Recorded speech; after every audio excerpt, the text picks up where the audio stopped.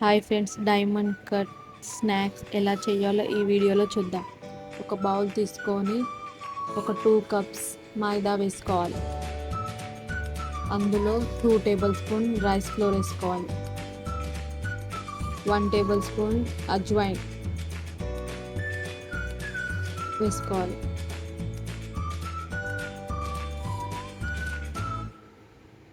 ఓమా 1 table spoon ఓమా add చేసుకోవాలి.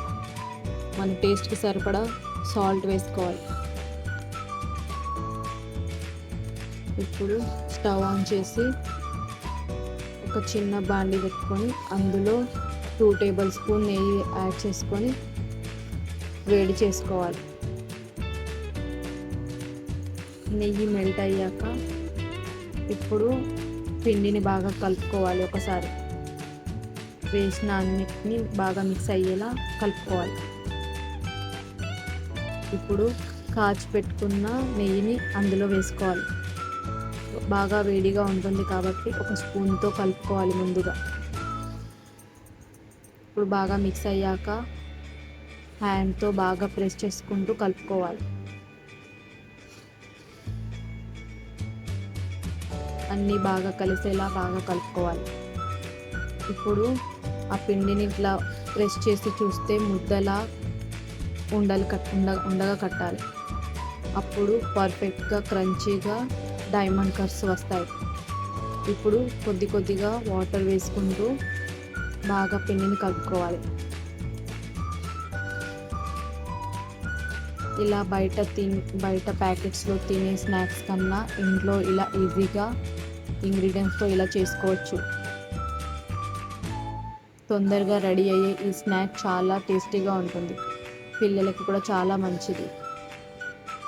And ఎక్కువ water వేసుకోకుండా కొద్దిగా వాటర్ యాడ్ చేసుకుంటూ పిండిని బాగా కలుపుకోవాలి. వాటర్ ఎక్కువ వేసుకుంటే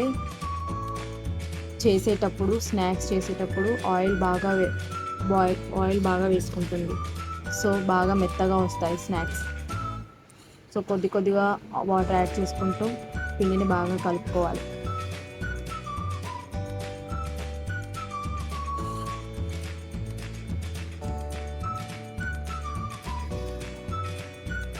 ఇలా బాగా కలుపుకొని ముద్దలాగా కట్టుకొని ఇలా ప్రెస్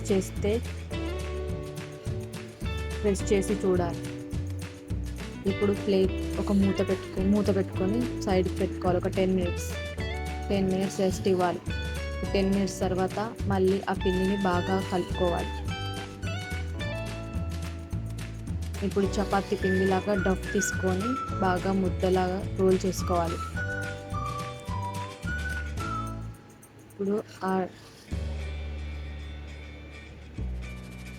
ఇప్పుడు ఆ డఫ్ని పొడి పిండిలో అద్ది చపాతీలాగా రోల్ చేసుకోవాలి.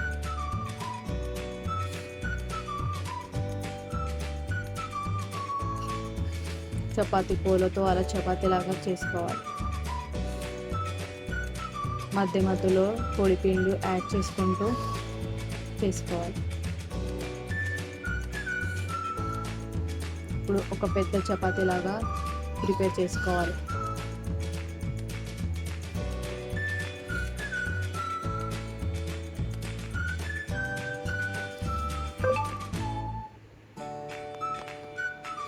ఇప్పుడు వన్ సైడ్ పొడి పిండిని యాడ్ చేసి చూడండి. చపాతీలాగా తాల్చుకున్నాక ఇలా ఉండాలి. ఎక్కువ సన్నగా ఉండద్దు, ఎక్కువ మందంగా ఉండకూడదు. ఇప్పుడు వన్ సైడ్ పొడి పిండిని అప్లై చేసి తింపుకొని మరో సెకండ్ సైడ్ మళ్ళీ పొడి పిండిని అప్లై చేసుకోవాలి. దానివల్ల కట్ చేసేటప్పుడు అతుక్కోకుండా ఉంటాయి. ఇప్పుడు ఒక నైఫ్ తీసుకొని పొడవుగా సన్నగా కట్ చేసుకోవాలి. ఏ షేప్ అంటే ఆ షేప్లో కట్ చేసుకోవచ్చు, మీ ఇష్టం. నేనైతే ఇలా పొడవుగా కట్ చేసుకొని ఇప్పుడు నిలువుగా కట్ చేసుకున్నాను. ఏ షేప్లో కావాలంటే ఆ షేప్లో కట్ చేసుకోవచ్చు మీరు. ఇలా చిన్నగా కట్ చేసుకోవాలి.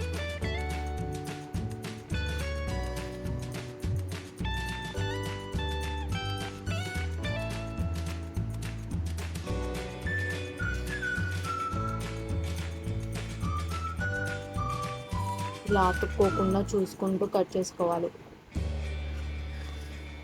ఇలా అన్నీ కట్ చేసుకున్నాక ఇప్పుడు స్టవ్ ఆన్ చేసి ఒక బాండీ పెట్టాలి. అందులో ఆయిల్ వేసుకోవాలి. మనకు ఫ్రైకి సరిపడా ఆయిల్ వేసుకోవాలి. ఇప్పుడు ఆయిల్ని బాగా వేడి చేసుకోవాలి. స్టవ్ని మీడియం ఫ్లేమ్లో పెట్టి ఇప్పుడు ఆ డైమండ్ కట్స్ ఆయిల్లో వేసుకుంటూ ఫ్రై చేసుకుంటూ మధ్య మధ్యలో బాగా కలుపుతూ ఫ్రై చేసుకోవాలి. స్టవ్ని హై ఫ్లేమ్లో పెట్టకూడదు, మీడియం ఫ్లేమ్లో పెట్టి చేసుకోవాలి. హై ఫ్లేమ్లో పెడితే తొందరగా మాడిపోతాయి అండ్ క్రంచీగా టేస్టీగా ఉండవు. సో మీడియం ఫ్లేమ్లో పెట్టి మధ్య మధ్యలో కలుపుతూ ఫ్రై చేసుకోవాలి. లైట్ గోల్డెన్ రంగు వచ్చేంత వరకు ఇలా ఫ్రై చేసుకోవాలి.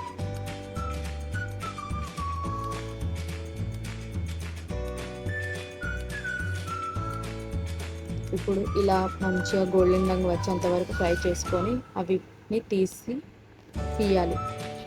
తీసి ఒక బౌల్లో వేసి పక్కన పెట్టుకోవాలి. ఇప్పుడు మిగిలిన డైమండ్ కట్స్ని కూడా ఆయిల్లో వేసి ఫ్రై చేసుకోవాలి. సేమ్ అలాగే మీడియం ఫ్లేమ్లో పెట్టి చేసుకోవాలి. హై ఫ్లేమ్లో పెట్టకూడదు స్టవ్.